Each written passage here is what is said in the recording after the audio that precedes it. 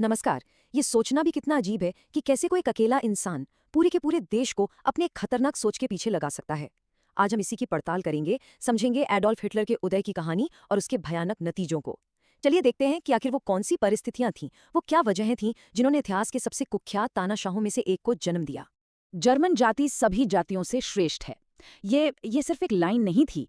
ये नाजी विचारधारा की बुनियाद थी, उसका सबसे अहम हिस्सा। सोचिए, सिर्फ इसी एक विश्वास पर नफरत, जंग और नरसंहार की एक पूरी इमारत खड़ी कर दी गई। ये सोच कि एक नस्ल दूसरों से बेहतर है और उसे दूसरों पर राज करने का हक है, यही द्वितीय विश्वयुद्ध और हॉलोकॉस्ट जैसे खौफनाक जुर्म की जड़ थी। हिटलर के उदय को समझने के लिए हमें थोड़ा पीछे जाना होगा, पहले विश्व युद्ध के बाद के जर्मनी में। उस वक्त जर्मनी सिर्फ एक हारा हुआ देश नहीं था, बल्कि एक गहरा जख्म था। हार, जिल्लत और जबरदस्त आर्थिक संकट। माहौल बिल्कुल ऐसा था जहां नाजीवाद जैसी कट्टरपंथी सोच आसानी से पनप सकती थी। और इस सारे संकट और अपमान के सेंटर में थी वर्साई की संधि। ये वो संधि थी जो जीतने वाले देशों ने जर्मनी पर थोपी थी। ये सिर्फ कोई कागजी समझौता नहीं था, बल्कि जर्मनी के लिए एक राष्ट्रीय शर्म की वजह बन गया था। ऐसा कहा जाता है कि इसकी शर्तें इतनी ज्यादा सख्त थीं कि जैसे इसे जर्मनी को हमेशा के लिए पंगु बनाने के इरादे से ही बनाया गया हो। शर्तें वाकई में बहुत अपमानजनक थीं। जर्मनी पर बहुत बड़ा आर्थिक जुर्माना लगा दिया गया, उसकी सेना को इतना छोटा कर दिया गया कि वो नाम मात्र की रह गई, और तो और उसके कोयले और लोहे की खदानों वाले जरूरी इलाकों पर भी कब्जा कर लिया गया। इन सब ने मिलकर जर्मन लोगों के मन में हार के साथ साथ एक गहरा गुस्सा भर दिया। आर्थिक बदहाली का आलम क्या था, इसका अंदाजा आप इस नंबर से लगाइए। नवंबर 1923 आते आते एक अमेरिकी डॉलर की कीमत 25 खरब 20 अरब जर्मन मार्क से भी ज्यादा हो गई थी। यानी लोगों की जिंदगी भर की कमाई रातों रात रद्दी के भाव हो गई। इस भयानक आर्थिक तबाही ने पूरे देश को एक गहरी निराशा में डुबो दिया था। और देखिए, जब लोग इतने निराश और हताश होते हैं तो वो अक्सर आसान जवाबों की तलाश में रहते हैं। बस इसी मौके का फायदा उठाया एक नई विचारधारा ने और खुद को जर्मनी की हर मुश्किल का समाधान बताकर पेश किया। ये विचारधारा थी नाजीवाद। नाजीवाद की परिभाषा बहुत सीधी और उतनी ही ज्यादा खतरनाक थी। ये एक ऐसी राजनीतिक सोच थी जो मानती थी कि एक तथाकथित जर्मन आर्य नस्ल दुनिया में सबसे अच्छी है और इसलिए उसे पूरी दुनिया पर राज करने का पूरा हक है। मतलब इसकी नींव ही नस्लीय नफरत और खुद को दूसरों से बेहतर समझने की सोच पर रखी गई थी। इसके सिद्धांत भी एकदम साफ थे। प्रजातिवाद यानी रेसिज्म, लोकतंत्र का खुला विरोध और तर्क या बुद्धि की जगह भावनाओं को भड़काना। अपने मकसद को पूरा करने के लिए ताकत और हिंसा का इस्तेमाल करना इनके लिए बिल्कुल जायज था। और इन सबसे ऊपर था एक नेता का सिद्धांत, यानी सारी की सारी ताकत सिर्फ और सिर्फ एक इंसान के हाथ में। व्यक्ति कुछ नहीं है, राष्ट्र सब कुछ है। ये नारा नाजीवाद के तानाशाही रवैये का निचोड़ है।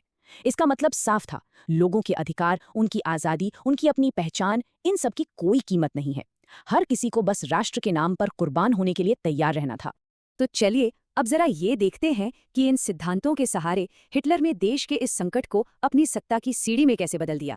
ये सफर कैसे तय हुआ। सत्ता तक का ये रास्ता कोई छोटा मोटा नहीं था, एक दशक से भी लंबा था।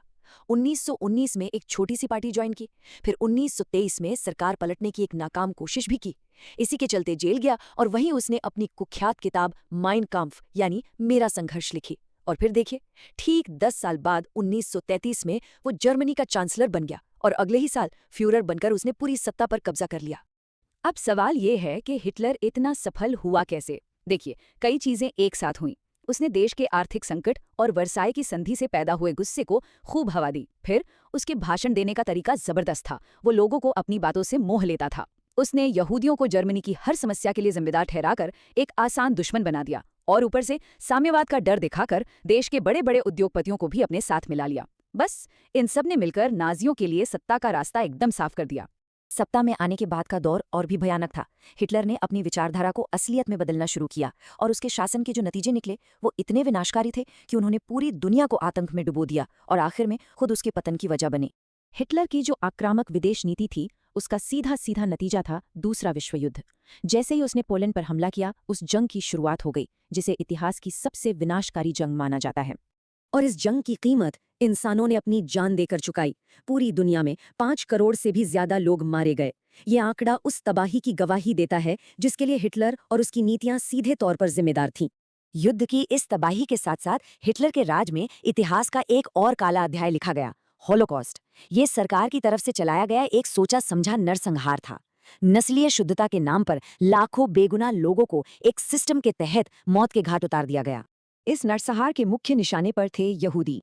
करीब करीब 6 लाख यहूदियों को बड़ी ही बेरहमी से कॉन्सेंट्रेशन कैंप्स और गैस चेंबरों में मार डाला गया। ये घटना इंसानियत के इतिहास पर एक ऐसा दाग है जो कभी नहीं मिट सकता। आखिर में इस पूरी तबाही का अंत भी उसी के साथ हुआ जिसने इसे शुरू किया था। 30 अप्रैल 1945 जब सोवियत सेना बर्लिन की सड़कों पर पहुंच चुकी थी, एडोल्फ हिटलर ने एक बंकर में खुद को गोली मार ली और अपने पीछे वो एक बर्बाद दुनिया छोड़ गया। तो इस पूरी कहानी से जो सबसे जरूरी सवाल हमारे सामने आता है वो ये है कि इतिहास में आखिर वो कौन सी परिस्थितियां होती हैं, जैसे कि आर्थिक संकट, राष्ट्रीय अपमान, समाज का बंटवारा, जो किसी तानाशाह को सत्ता में आने का मौका दे देती हैं। ये एक ऐसा सवाल है जो हमें हमेशा खुद से पूछते रहना चाहिए।